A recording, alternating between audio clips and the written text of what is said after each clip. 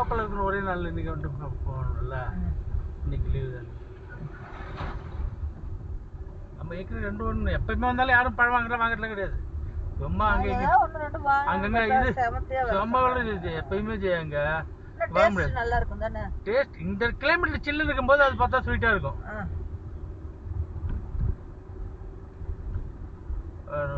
அப்பெல்லாம் வந்தா வாங்குவார். அவர்லாம் அவர்ல பணக்கார